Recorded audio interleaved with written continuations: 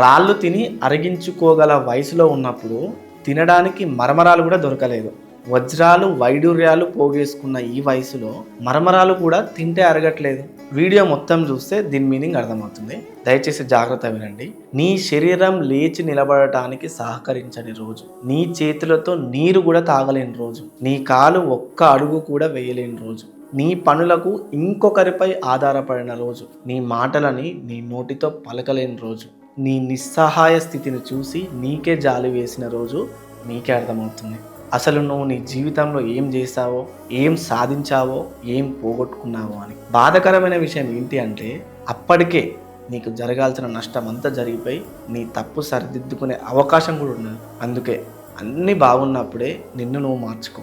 శరీరం సహకరిస్తున్నప్పుడే మనసును సరిచేసుకో. అవకాశం ఉన్నప్పుడే జీవితాన్ని సరిదిద్దుకో. ఎందుకంటే ఆలోచించడానికి సమయం ఉండి చేయలేకపోవడం బాధ కాదు. ఆలోచించడానికి సమయం ఉండి చేయలేకపోవడం అస్సలు బాధ కాదు.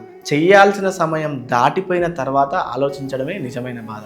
సో దయచేసి అందరూ అర్థం చేసుకోండి. వీడియో నచ్చితే లైక్ చేయండి, మీ ఒపీనియన్ని కామెంట్ చేయండి, అండ్ అలానే ఈ రీల్ని ఖచ్చితంగా ఎవరికి షేర్ చేయాలనుకుంటున్నారో వాళ్ళకి షేర్ చేసేయండి. కుదిరితే ఇలాంటి మరిన్ని వీడియోస్ కోసం ఇప్పుడే మన పేజ్ని ఫాలో చేయండి.